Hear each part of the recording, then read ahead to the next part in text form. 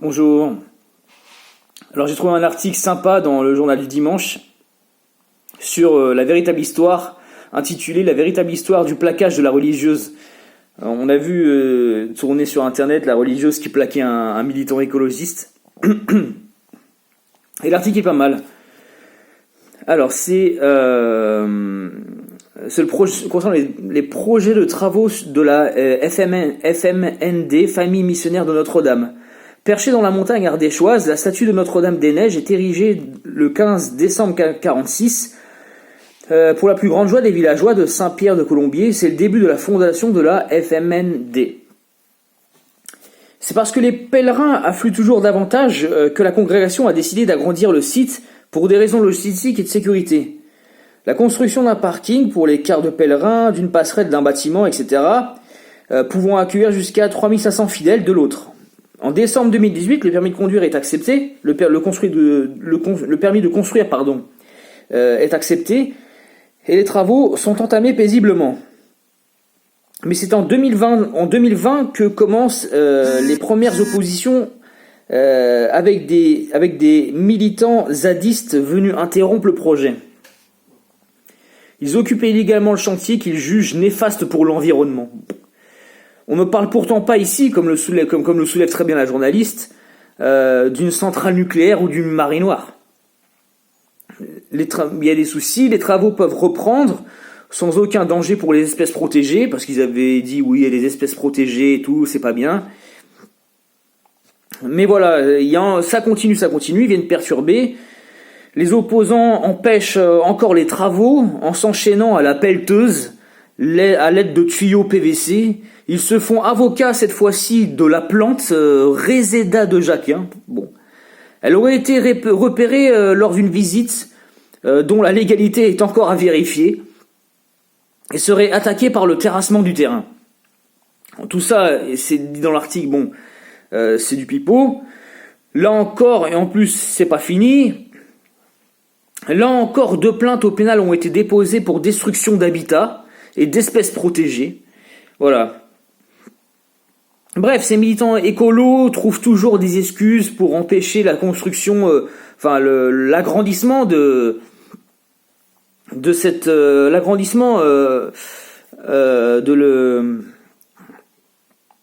endroit religieux, hein.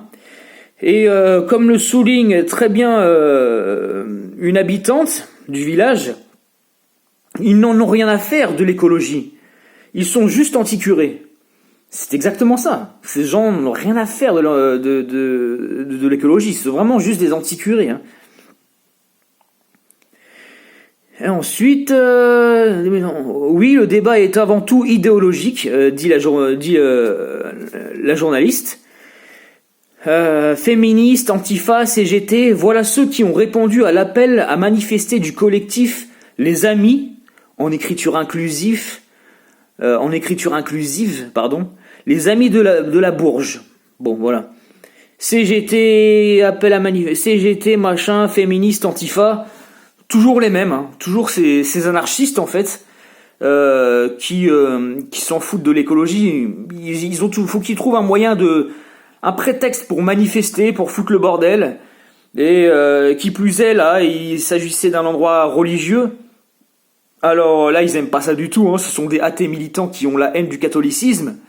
Donc ils ont sauté sur l'occasion pour foutre la merde. Et c'est parce qu'on est religieux, dit le frère Clément Marie, qu'on représente certaines valeurs qui nous condamnent. Voilà, c'est ça, hein. Anti-IVG, machin, avec des pancartes laisse béton, Dieu est mort, etc. Intégristes, voilà, ils sont perchés en haut d'une montagne, ils font de mal à personne, ils ont jamais manifesté pour quoi que ce soit politiquement. Bon, c'est de la fabulation, ça encore, hein. Et comme le dit un autre villageois, un coup on attaque les agriculteurs, un coup les chasseurs, maintenant la religion, tout ce qui fait le fondement du milieu rural. C'est exactement ça. Il y a encore un esprit religieux dans les villages français, hein. Dieu soit loué, il y a encore un esprit religieux que les révolutionnaires républicains n'ont pas encore réussi à abattre. Dans les grandes villes, malheureusement, les gens sont de plus en plus athées, hein. à cause de cette propagande républicaine anti-chrétienne en vérité. Mais dans les campagnes, ça résiste encore un peu. Et ça, ils ne supportent pas. En plus, regardez, l'État donne des autorisations de permis pour cette association religieuse, mais ne permet toutefois pas qu'elle soit appliquée face à ceux qui s'y opposent. Les gendarmes présents ces derniers jours n'ont jamais reçu l'ordre d'évacuer les militants. Hein? Bon, les gendarmes, ils n'ont pas reçu l'ordre d'intervenir. Voilà, parce qu'en fait, l'État, la République est d'accord finalement, dans le fond, avec tous ces militants anarchistes, hein, d'extrême gauche, d'anarchistes. Dans le fond, ils partagent la même idéologie, hein, ils ont une haine, nos élites ont une haine du catholicisme, de la chrétienté. Nos élites qui sont en bonne partie francs-maçons, hein, des libres penseurs, qui supportent pas le catholicisme. Du coup, ils partagent plus ou moins, et même totalement, je dirais, dans le fond, cet anti-catholicisme, voilà, et donc ils ne font pas plus que ça pour aider les religieux.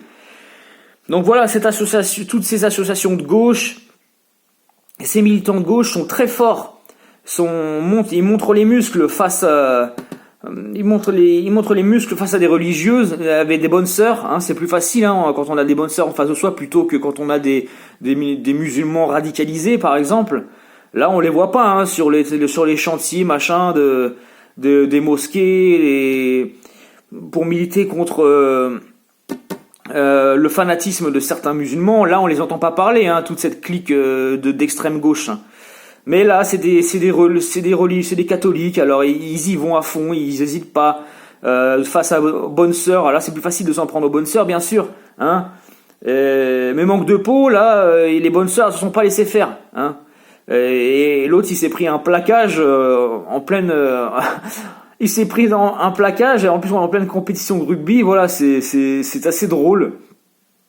Et je félicite ces religieuses de ne pas s'être laissées faire, face à ces militants anticatholiques. Voilà, bravo à eux, à elles, de défendre leurs idées.